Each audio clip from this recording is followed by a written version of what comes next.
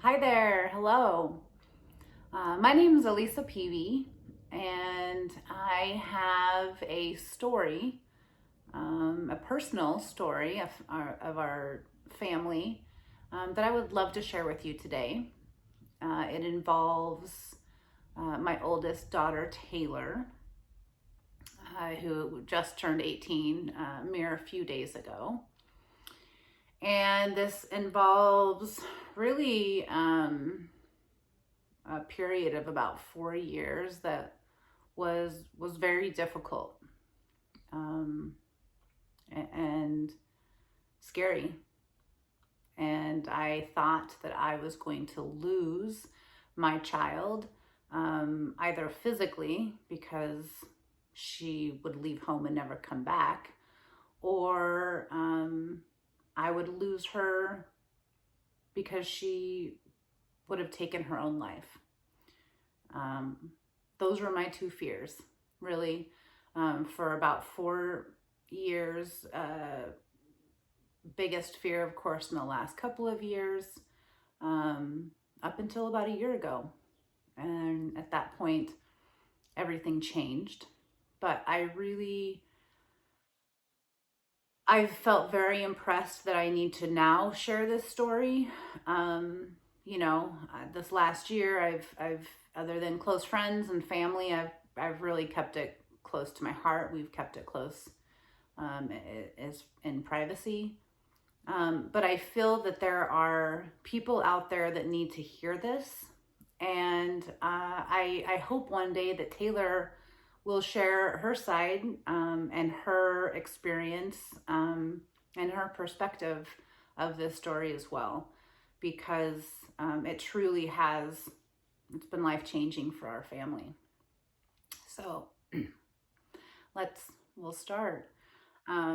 It's interesting. She's a senior in high school, and every Sunday you're supposed to post a picture, the senior picture, and she's had all these milestones recently. She just had her 18th birthday, and I go to write a post, and typically I never lack for things to say. But every time I want to write a post about her, there's so much emotion and there's so much history that it is really difficult to just put a picture down and, basically say, I love you, kid. Here's, this awesome picture when she was 3 or whatever it was. I find myself wanting or feeling like I want to tell more, but I can't really tell the story in a few lines on my social media account. So I figured the best way to do it would be to do it in a video. So here I am. So our story starts May of 2016, I guess, for all intensive purposes. As a child, Taylor was amazing, spontaneous, a mile a minute. I mean, you compare her and another, kid at the same age, at the age of 1, and she would be all over the place, up and down, stairs, and never sat still, versus other kiddos. They would just kind of hang out, right there. She was always active. She was very smart. She was very stubborn. At the age of 2, really, 2.5, she basically told me she no longer would wear diapers. And from that point on, and this was at nighttime, of course, that she didn't need them at night. And true to her word, she knew that she didn't need one on at night. She was not going to have an accident. She seemed to have a very old soul kind of familiarity about her. She was very stubborn. She always wanted to do things the way she wanted to do them, I would have to give her options as a child. Here's 3 outfits, pick one, you know, so that she felt like it was her choice. She's never wanted her parents, but most particularly her mom, to necessarily have to tell her how everything needed to be done. She really has always wanted to be her own independent self and has always wanted to do things her way, which I love. Sometimes it was difficult, right? There were times when she couldn't do things her way out of necessity, whether it was keeping her safe or something else. But, you know, for the most part, she was just a wonderful, happy, joyous child. In May of 2016, my younger sister, Wendy, who is almost 2 years younger than me, passed away from complications related to breast cancer. Taylor and Wendy were pretty close. She really had a strong bond with her. And the day that it happened, Wendy had gotten an infection. It was on a Thursday morning, and Taylor had left the day before, actually, for a school field trip that she was going to do for the next couple of days. She was not going to be returning until Friday. And I needed to drive to Boise. We were living in Bend, Oregon, and I needed to drive to Boise, which was about a 5-hour drive, to make it to the hospital so I could see her before she passed. And my husband and I made the decision at that time that we were going to wait to tell Taylor because she was gone. She was with her friends, and we didn't want her to know while she was, you know, really all alone without family. So we waited until Friday to let her know. She passed away Thursday evening. And according to what she says, and again, I truly hope that she will share her experience and her story. But according to Taylor, the moment she found out, and I was not there, I was in Boise awaiting my family to come as soon as they got the kids picked up, as soon as Brian got the kids picked up from school and was able to get them to Boise for the funeral and everything. And so Brian told her, and Taylor said that in that moment, she's never been more angry at anyone or anything in her life than she was at me. She was so angry that we waited, that she felt I waited to tell her such an important thing, that she really took on a negative energy. Her frequency and her energy was so low, it allowed this to happen, unbeknownst to any of us. Fast forward a few months, you know, at the time she is 12, really, going on 13. So she's in the midst of teenage years. She's, you know, as her stubborn self, we expect a little bit of pushback, resistance, right? As someone who's going through puberty. But it seemed to be more so with Taylor. It was more pushback than really I thought was typical. She was my oldest child, but as a physician, you know, I take care of a lot of teenagers, and her actions and the things that she was doing was teenager plus, right? It was beyond just typical teenage behavior. Trying to get an apology from her for anything, taking responsibility, accountability, was like pulling teeth. In fact, I remember a period of time, it had probably been about 2 years, I had not heard an apology from her for that long.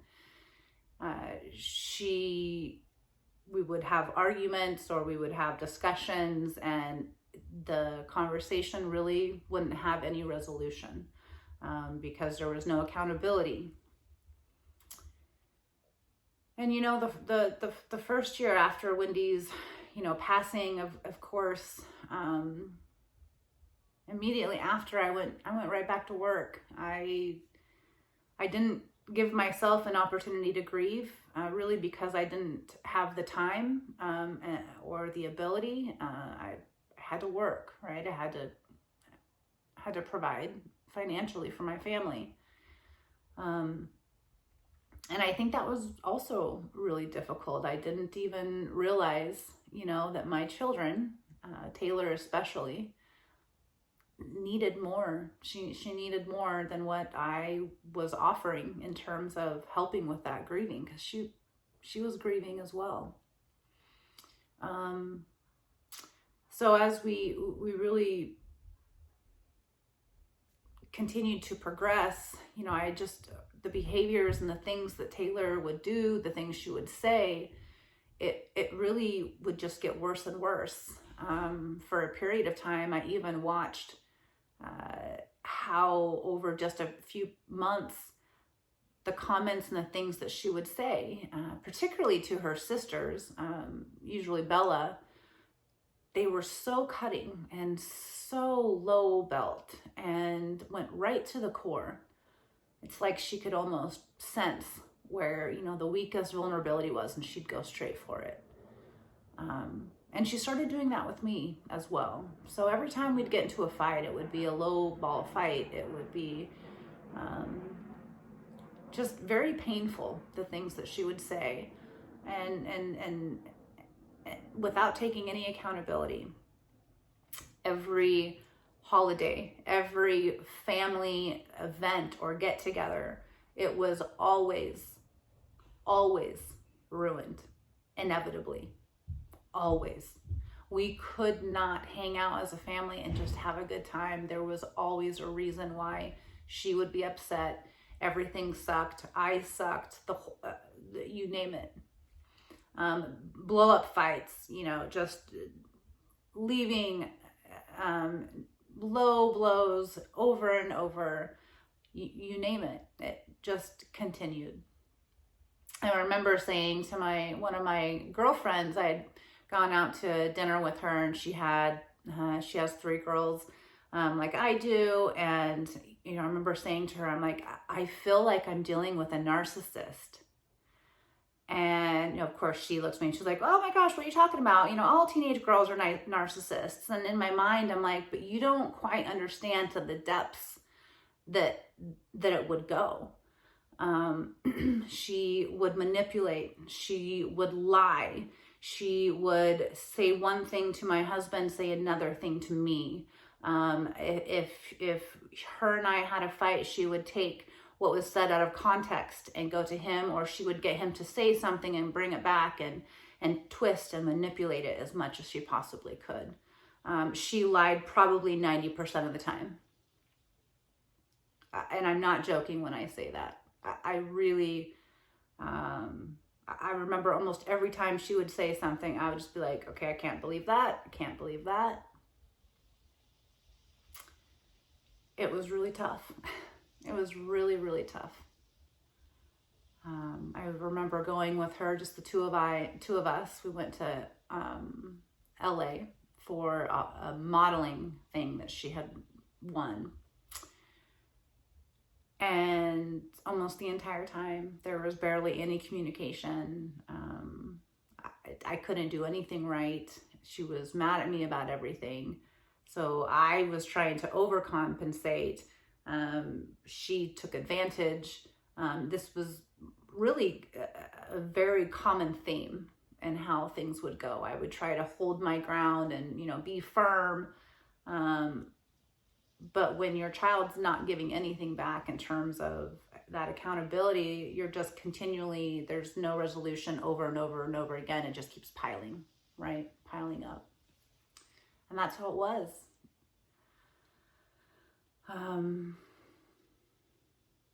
The last 2 years really were the worst. December, really Christmas of 2019. I remember specifically we had really done everything we possibly could to make sure that our kids had the best Christmas that year. really trying to get the things that they really wanted. And right after they had opened up all their presents, it seemed like everyone was pretty excited. And within about 10 minutes, the entire day flipped upside down. Taylor didn't have conversation with the rest of us for the rest of the day. It was awful.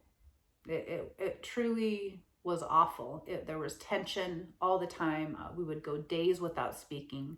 She never told me that she loved me. And I was in a toxic relationship with someone who was a narcissist. I remember driving in the car with her one time. It's just the two of us. She would tell me things that she wouldn't say to anyone else. It was like, I mean, she knew. It doesn't matter if she says it to me and I say, this is what she said, she would deny it. And we were talking specifically about a partner of my husband's that he had been dealing with. And this partner of his, they had come to find out, was one of the biggest manipulating narcissists I've ever known. And this guy, everything he says is twisted. He is nice to your face, talks behind your back. He would do it with pretty much everyone. He would truly manipulate every situation, and the way he speaks to people,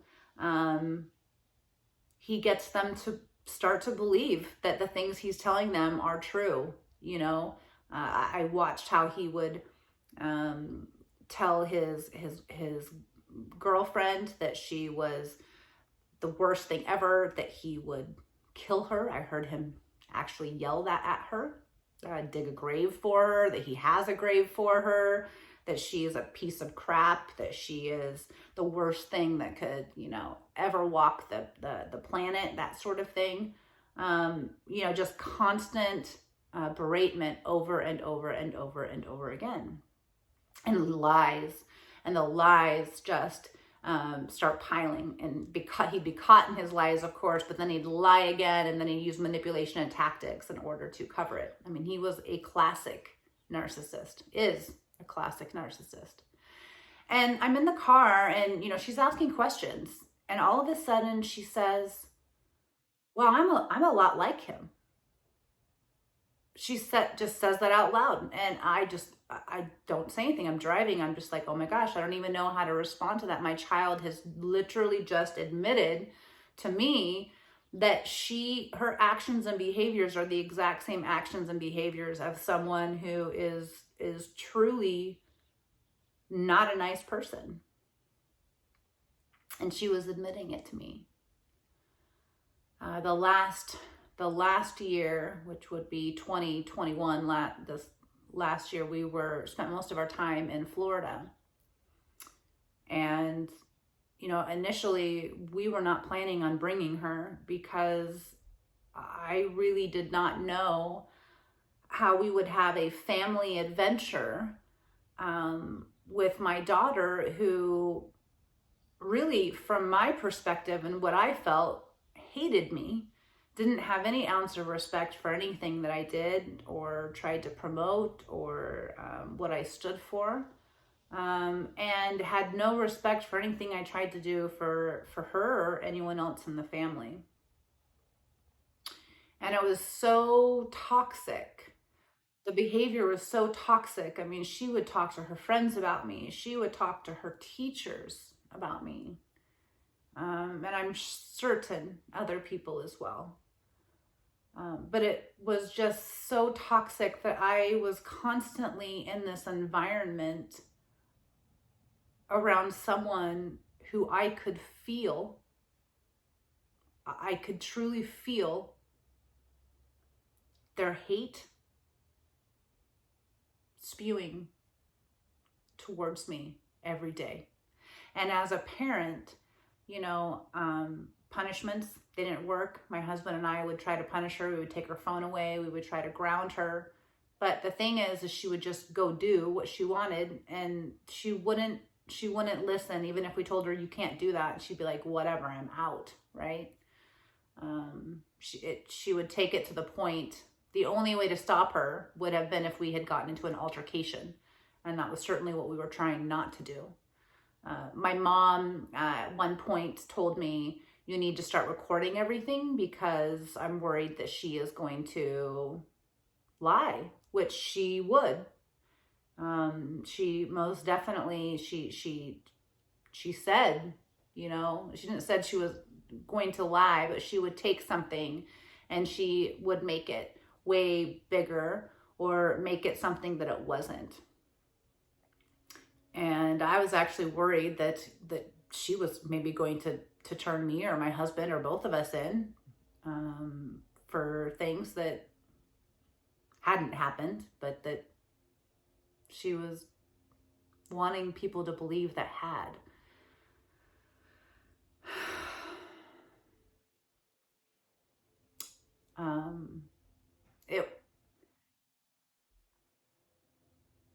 It was really one of the hardest things I've ever had to deal with. I'm watching my child that I love, I didn't like, but I loved her.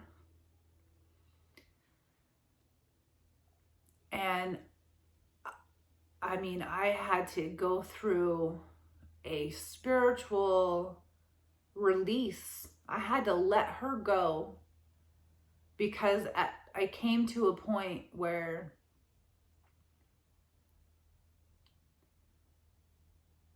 I couldn't force her to be the person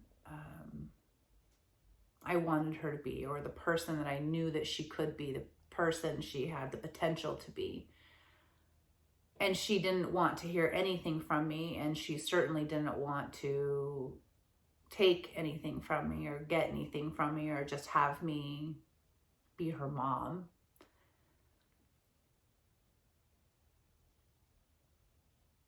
I had to let her go. I had to spiritually release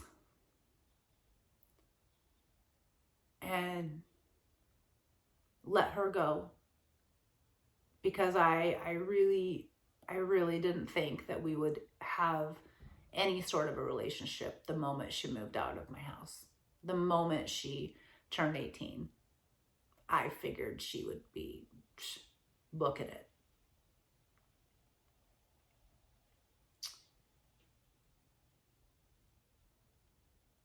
Last year, in August, we decided to move to Boise, Idaho, officially. That was not a move that she wanted. She really wanted to go back to Bend. She wanted to go back and be with her friends. She was very angry at me, most particularly. I think Brian probably a little bit, but she was very angry at me, and she was going to prove and be adamant that this was the worst place for us to move. And I watched her over the month of September into October, and she was missing school. She was self-sabotaging. She was getting involved in behaviors that were not good for her to be getting involved with. Sneaking out, having people over all hours of the night. And she was actively making comments and making statements to the fact that she was miserable, that she hated her life, and that she wanted it to end. And up until August, I had kind of just tried to keep myself in a pretty neutral position, knowing that she had a year left in my house until she was officially an adult. But I started to really see the depression that she was under. And I started to see what felt like to me suffocation. She felt stifled. She was miserably unhappy. And I really thought she was going to potentially attempt to take her life. And so in the end of October of last year, 2021, I had planned, outside of anything to do with Taylor, had just planned a weekend, a woo-woo weekend. I just wanted an escape weekend where I could get together with, friends and just hang out with people that are like-minded. They're all my mom's age, my age or older. So no one, that Taylor would be hanging out with necessarily, but the group consists of some very gifted individuals in terms of healing, spiritual healers, energy healers, music therapy healers. There's a couple there that removes negative entities and energies from people. That's one of their specialties and one thing that they do a lot of. And so about 3 days before we were ready to leave for this trip, and I've been watching Taylor really over the past several weeks, and I was becoming very concerned that she was going to try and take her life. And I felt very compelled for her to come with us to this weekend. And she was grounded. She had gotten into big trouble, had her phone taken away. And I told her I would give it back to her if she came with us. I bribed her. And she agreed. So we get to this place in Utah. It's this beautiful cabin. There's, I don't know, maybe 12 of us or so. And the couple that I mentioned who helps to get rid of unwanted energies showed up later that night. And the next morning, I asked Tracy, I said, will you take a look at my daughter? I feel like there might be something with her. And she did. And sure enough, there was. And actually the night before, on their drive up, Tracy and Royce, they saw the same type of entity that came into their path a couple of times on the drive over. So it was very interesting. And she asked if Taylor was willing, and Taylor gave her permission, though she didn't know exactly what that would entail. And for the next 45 minutes, we had one of the most profound, incredible healing experiences I've ever witnessed. Between music, bowls, and the gifts that Royce and Tracy brought with them, they removed this fucking entity from my daughter. My sister was there. I felt her so strong. Archangel Michael, Archangel Defiant, and so many others were there that day and helped support this removal.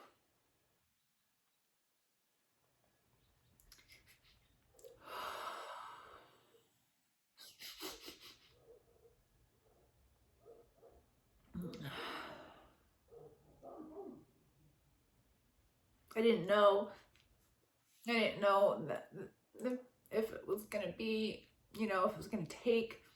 We always have a choice. We can accept, or we can allow it to come back or to be influenced again. And the first 24 hours, I wasn't quite sure. She still had the same kind of, attitude towards me. But by the next day, 24 hours later, like a 180-degree turnaround in my child. For the first time in probably 3 to 4 years, she was actually looking me in the eye when she was speaking to me. And this was something that, I mean, it was a very obvious difference in how she had interacted before. Looking at me in the eyes, speaking to me like I'm a human. It was, I couldn't believe it. I really, truly could not believe it. I counted, I felt like there was a period of time where I was just waiting for it to change or to go back or to flip or something. And it just steadily kept getting better. We had family pictures about a month later. Had we tried to do that beforehand, they would have been ruined. There would have been fighting. She would have been, anything. It just would have been tense, stressful, and certainly would not have been as wonderful and easy as it was when we took our family pictures. In November for Thanksgiving, I remember we went around the table and said our thanks. And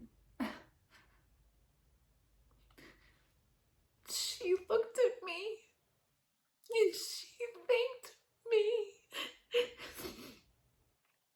for not giving up on her. She said she felt like she had been just pushed to the ground, the foot just not allowing her to get up for way too long, for years. She said, I would not be here if it were not for you. My child hadn't said anything like that to me for 4 years. And she would apologize if she needed to. That was the other thing. Sorry, Mom, I didn't mean to XYZ.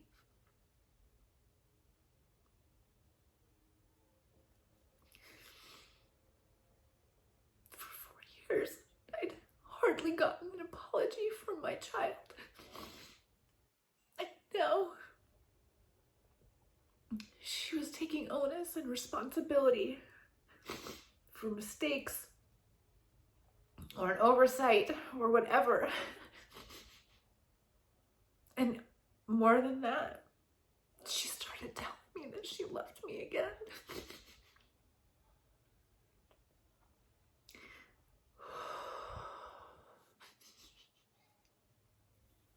And she'd look me in the eyes and tell me that.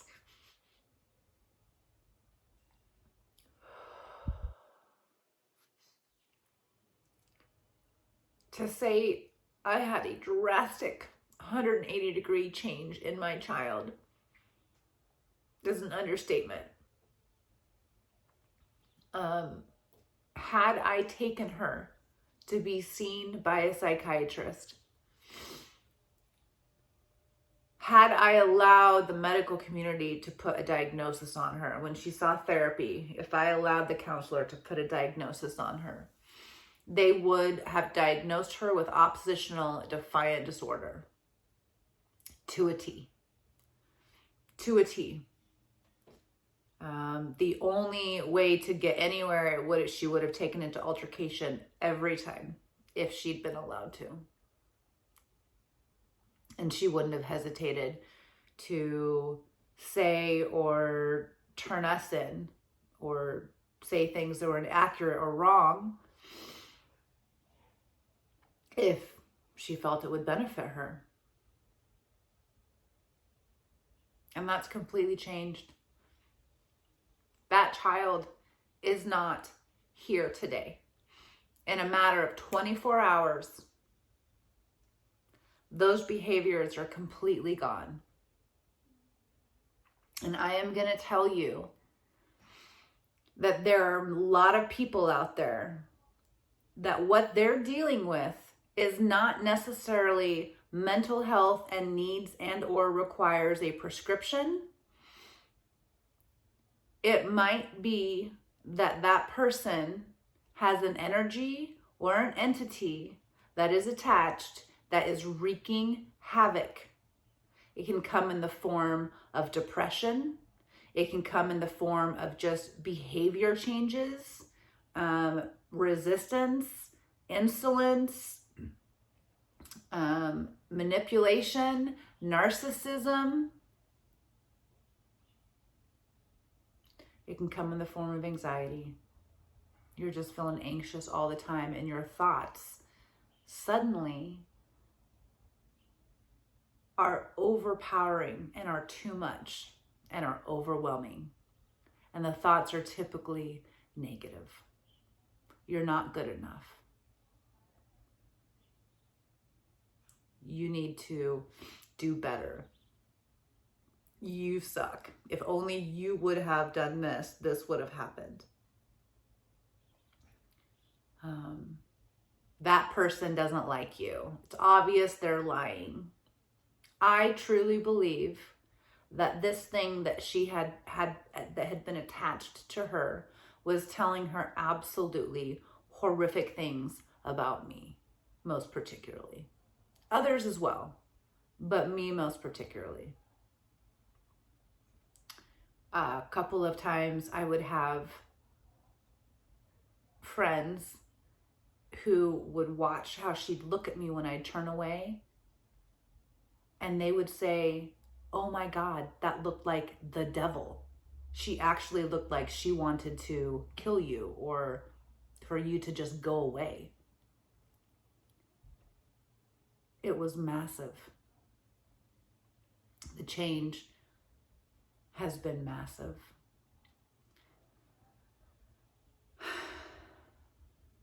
Thank you for listening to my story. I hope that this is helpful for so many of you. I hope that this resonates for many of you, and helps encourage you to look for and search out those who can evaluate if this, in fact, is what might be influencing someone that you love in your life. Even the most amazing, gifted people can feel low and can bring in low frequency energies. And it happens sometimes at the worst time, right? My sister had just passed away, and my daughter was taken advantage of in that time. 4 years. 4 years was a long time. A long time for us not to really be a family, for there to be such a division, for the shame and the guilt of not having, this family that I'd always envisioned in terms of just a family that loves and cares about each other.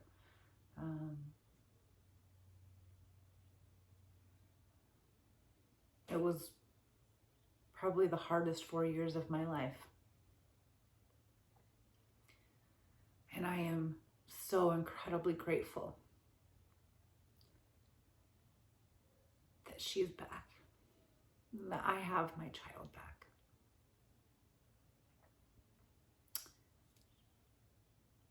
If you have questions or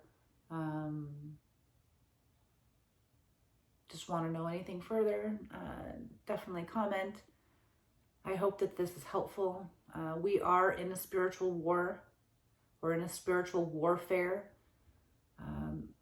The last 2 years is not just about all the people who are on this planet, but it is also about our spiritual connection to God, our spiritual connection to Source, and our ability to really rely on that and pull that in and use it as a strength. And with that, unfortunately, comes those low energies that want to do anything and everything that they can in order to thwart everything we're trying to do that's good. So don't just look at mental health or someone's behaviors as being 100% mental health. There might be something more. There truly might be something more. I hope you have a blessed day. Thank you so much. Namaste.